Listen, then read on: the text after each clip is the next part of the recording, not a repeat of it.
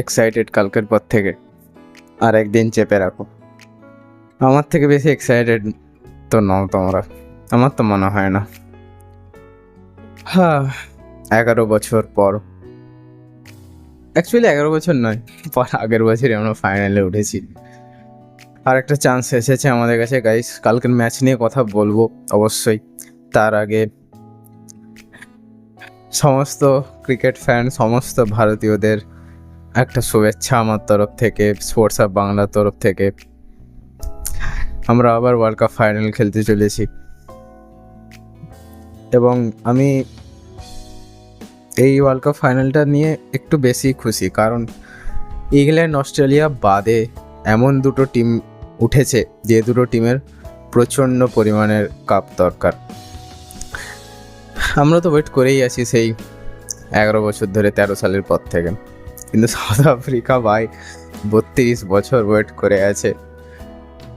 এবং বলে রাখা ভালো, আমাদের কাছে একটা গোল্ডেন অপরচুনিটি আছে, কারণ সাউথ আফ্রিকা তাদের প্রথম ফাইনাল খেলতে চলেছে। এখনও অবধি ফাইনাল কোনো খেলার তাদের এক্সপিরিয়েন্স নেই, একটা প্লেয়ারেরও নেই। কিন্তু আমাদের টিমের প্রায় 60-70% প্লেয়ারের ফাইনাল খেলার এক্সপিরিয়েন্স আছে। অ্যাটলিস্ট দুবে আর পান্ত বাদে সবারই ফাইনাল খেলা। পান্ত খেলেনি তো আগের বছর, যদি পান্ত ইঞ্জিওর না হতো পান্ত অবশ্যই 23 ওয়ার্ল্ড কাপে থাকতো। এবার চলে আসি কালকের ম্যাচের কথা। ওফ ভাই, কি পারফরমেন্স ইন্ডিয়ার! টসে জিতে ইংল্যান্ড নেয় ফিল্ডিং, কিন্তু রোহিত শর্মা বলেই দিয়েছিল টসে জিতে আমরা ব্যাটে নিতাম, আমরা ফিল্ডিং নিতাম না। এবং এই অ্যাপ্রোচটা ভালো, কারণ আমরা জানি না পিচ কীরকম রিয়্যাক্ট করে, নতুন জায়গা, নতুন ওয়েদার, তার উপরে বৃষ্টি হচ্ছে, আউটফিল্ড ততটা ফাস্ট নয়। তার মধ্যে যদি 2-3 ওভার আমরা ঠিকঠাক করে পিচকে আন্দাজ করে নিতে পারি, যেটা কালকে হয়েছিল, তারপরে 170 আরামসে 170 উঠে গেল। কোনো বিরাট কিছু স্ট্রাগল হয়নি লাস্টে। হ্যাঁ, পড়েছে 2-3টে উইকেট পরপর পড়েছে, সে তো পড়বেই। মিডল ওভারে আমরা উইকেট বাঁচিয়ে রান করেছি, 8-7.5 মতো রান রেট আমরা রেখেছি। কালকে আমাদের ক্যাপ্টেন খুব ভালো একটা দায়িত্ববান ইনিংস খেলেছে। অ্যাকচুয়ালি দায়িত্ববান, কারণ ক্যাপ্টেন বুঝে গেছিলো, রোহিত শর্মা বুঝে গেছিলো যে যদি আমি আউট হয়ে যাই, কারণ বিরাট কোহলি একটা 6 মেরে আউট হয়ে যায়, বিরাট কোহলির কে নিয়ে রোহিত শর্মা যে স্টেটমেন্ট দিয়েছে, বিরাট কোহলিকে আমরা ফাইনালের জন্য রাখছি। ভাই বন্ডিংটা দেখ, লোকজন, আমরা জাত, ধর্ম, বর্ণ এইসব নিয়ে নিজেদের মধ্যে ডিসক্রিমিনেট করি, আর এখানে তার তোদেরকে বুঝিয়ে কোনো লাভ নেই, তোরা বুঝবি না। তোরা যদি বুঝে দিতিস তাহলে ইন্ডিয়াতে এত সমস্যা হতো না, দ্য বিগেস্ট ডেমোক্রেসিতে এত সমস্যা। দেখ, সেটা অন্য গল্প। কালকে ঋষভ পান্ত চলেনি, ঠিক আছে। ঋষভ পান্তকে রোহিত শর্মা প্রথম ম্যাচ থেকে খুললাম ছুট দিয়েছিল যে ভাবতে হবে না, আউট হোক বা নাই হোক, চালিয়ে যা। ঋষভ পান্ত চলেনি কালকে। স্কাই অসাধারণ। স্কাই আর রোহিত শর্মার পারফরমেন্সটার জন্য, ওদের পার্টনারশিপটার জন্য আমরা বেস্টটা পেয়েছিলাম 15 ওভার মতো। দুবে চলেনি, দুবে এসে লাস্টে ক্যাচ করে প্রথম বলে আউট হয়ে গেল, জস বাটলারকে ক্যাচ দিয়ে দিল। কিন্তু পরন্তু কালকে আমাদের বাপু ব্যাটিংয়েও চলেছে, বোলিংয়েও চলেছে। ব্যাটিংয়ে 171 করলো লাস্ট অবধি। সবাই তার নিজের মতো কন্ট্রিবিউশন দিয়েছে, কোনো অসুবিধা নেই। এইরকমই যদি, আমি এটাই বলছিলাম প্রথম ম্যাচ থেকে, যে নিজের 50, নিজে 100 করবো। পার্সোনাল রানের পিছনে ছুটলে, পার্সোনাল রেকর্ড তো আছেই, পার্সোনাল রেকর্ড তো অবশ্যই ইম্পর্টেন্ট, নয়তো তোমাকে গ্রেট প্লেয়ার কেউ মানবে না। বাট তুমি এটা টিম স্পোর্টস, তুমি কতটা টিমের জন্যে করছো, টিমের কথা ভেবে করছো, এগিয়ে রেখে কাজ করছো, সেটা ম্যাটার করবে। সেটাতে তোমার গ্রেটনেস আমার কাছে বোঝে। আবার অনেকের অনেক রকম ধারণা থাকে ভাই।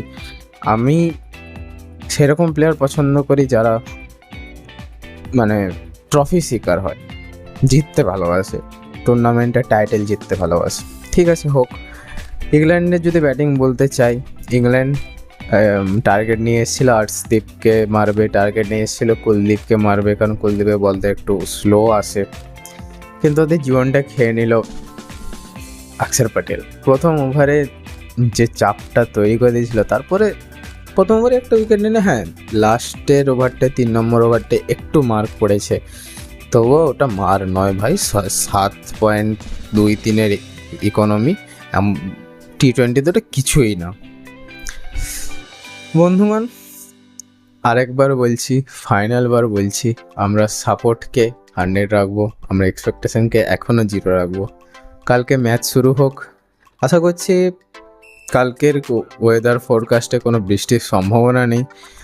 এবং আমি আমার তরফ থেকে আইসিসির কাছে একটা request, please please please West ইন্ডিজে আইসিসি টুর্নামেন্ট রাখবেন না। ওই দেশটার আর সেরকম কন্ডিশন নেই, সেরকম ফাইন্যান্সিয়াল স্টেবিলিটি নেই, মাঠের সেরকম ব্যবস্থা নেই, হচ্ছে না। সেমিফাইনালে যদি ঠিকঠাক পিচ থাকতো অবশ্যই আফগানিস্তান জিতে যেত। সাউথ আফ্রিকা ডারবান ভেবে নিয়েছে ওইটাকে, বল একটা উপরে যাচ্ছে একটা নিচে যাচ্ছে। আমাদের কাছে গোল্ডেন অপরচুনিটি আছে, আমাদের সামনে ইংল্যান্ড, অস্ট্রেলিয়া, নিউজিল্যান্ড কেউই নেই যাদের কাছে আমরা হারি আইসিসি টুর্নামেন্টের নকআউট স্টেজে।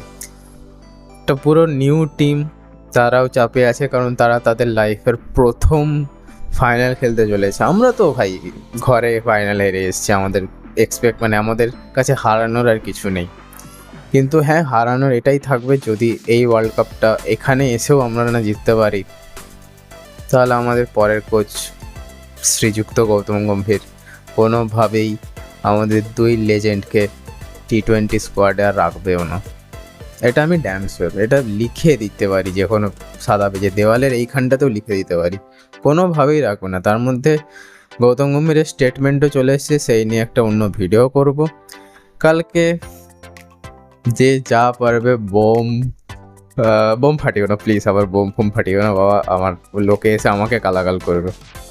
কিন্তু একটু আধটু কালকে ফাটবে, কিছু করার নেই। কালকে যদি আমরা জিতে যাই ভারতীয়রা মানবে না। কালকে ভকু নিয়ে রাস্তায় বেটানোর জন্য রেডি থেকো, যদি কোনো অঘটন না ঘটে। বার্বাডোস থেকে ট্রফি ইন্ডিয়াতেই আসবে, মুম্বাই এয়ারপোর্ট হয়ে। ভিডিও ভালো লাগলে ভিডিওকে লাইক করবে।